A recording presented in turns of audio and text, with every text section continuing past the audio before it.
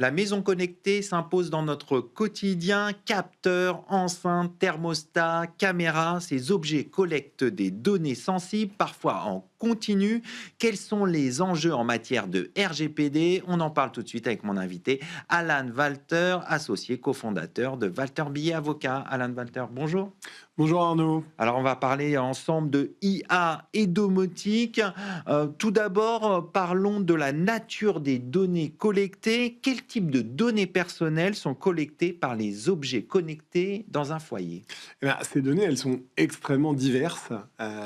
C'est très varié ce qui peut être connecté. Bien évidemment, les utilisateurs vont créer un compte et utiliser la partie logicielle de ces objets connectés, donc renseigner un nombre assez important d'informations sur ce qui les concerne. Mais le plus important, c'est la partie immergée de l'iceberg. Ce sont à la fois les données d'usage, tout ce qui va être réalisé grâce à ces objets connectés au quotidien, couplé à des données évidemment de géolocalisation, puisqu'on est tout à fait capable de positionner l'objet dans l'espace et donc de capter toutes ces données fines qui ne sont pas nécessairement de l'information, mais qui permettent de déterminer un âge, des habitudes de vie, des goûts, des hobbies, la consultation de contenus tiers par exemple.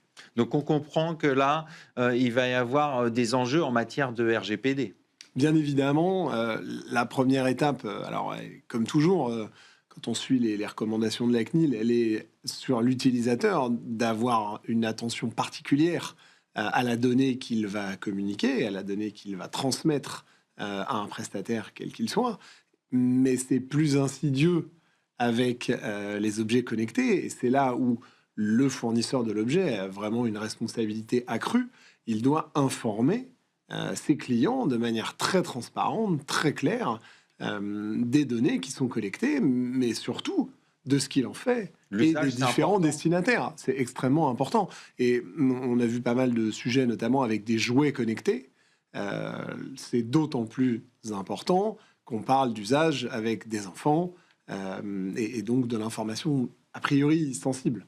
Alors, comment, dans ce contexte, comment garantir le consentement éclairé, justement, des personnes qui utilisent ces objets connectés? Alors, la responsabilité, elle va réellement incomber au fournisseur des objets dans l'information préalable qu'il va communiquer à ses utilisateurs.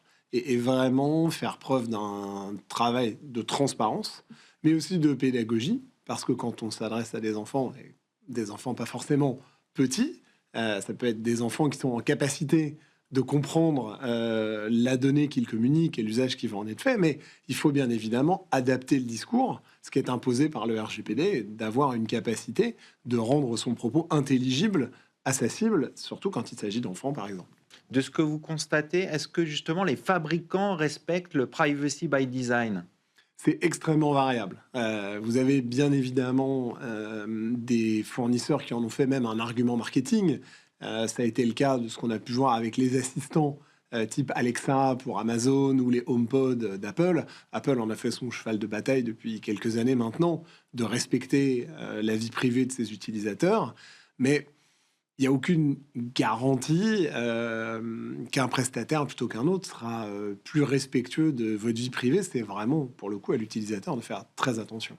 Pour bien comprendre, c'est quoi les risques de violation de vie privée avec ces objets? Alors, encore une fois, ils sont très diverses. Bien évidemment, il y a l'aspect classique de transmission de vos données à des fins de publicité ciblée. Et donc, par exemple, l'assistant personnel qui va écouter vos conversations, la musique que vous passez chez vous, et donc vous proposer par la suite des contenus publicitaires ciblés. Parce qu'il va croiser toutes les données. Il va croiser toutes les données. Et puis, ce qui est compliqué avec la domotique et l'objet connecté, c'est qu'il y a un réel impact sur votre vie réelle et pas seulement votre vie en ligne. On a pu voir une fuite de données qui est intervenue récemment à la Fédération française de tir. Les données récupérées n'ont pas servi à des usurpations d'identité ou pour revendre ces données sur le dark web, mais pour cambrioler les possesseurs d'armes à feu.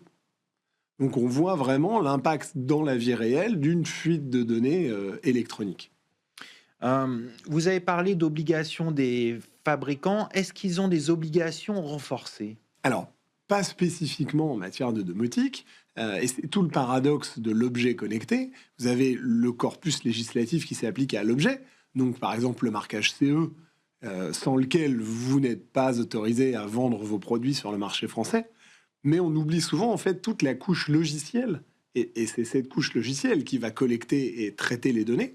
Et sur ce point-là, il n'y a rien de plus particulier, de plus spécifique que les règles du RGPD. Et la distinction ici, finalement, assez peu adéquate entre la donnée classique, si je puis dire, et la donnée sensible. Pourquoi? Alors, la donnée sensible, donc, elle est limitativement énumérée par le RGPD. Donc, ce sont toutes les données qui sont relatives à votre santé, à vos croyances religieuses, à votre orientation sexuelle et vraiment tout ce qui touche à votre intimité. Mais est-ce que finalement, une myriade de données collectées sur vos habitudes de vie, l'heure à laquelle vous partez travailler le matin, l'heure à laquelle vos enfants rentrent de l'école, la musique que vous écoutez, encore une fois, etc. Finalement, ça peut être des données Mais sensibles. voilà. Si on regroupe tout ça, Et si on regroupe tout ça, est-ce qu'on tombe pas dans de la donnée sensible qui, du coup, nécessiterait un niveau de protection accru de par les risques qu'encourent les utilisateurs et les personnes concernées? alors aujourd'hui, étant donné les risques que vous avez énoncés, est-ce que le cadre juridique, le RGPD, est-il suffisant? Mais à cette distinction près, donc, et cette notion peut-être qui manque un peu de finesse et de granularité de la donnée sensible, oui, aujourd'hui, évidemment, les règles existent. Elles sont nécessaires et suffisantes pour protéger les utilisateurs.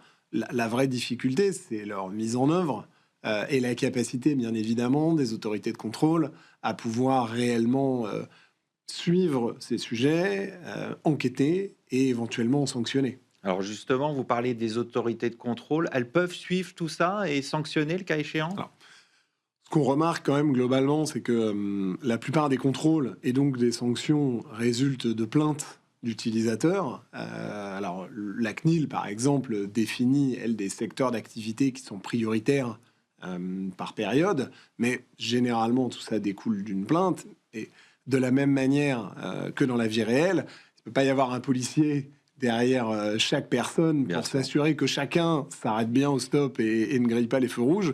L'idée est exactement la même. La CNIL n'a évidemment pas les moyens et la capacité de suivre chaque fabricant d'objets connectés.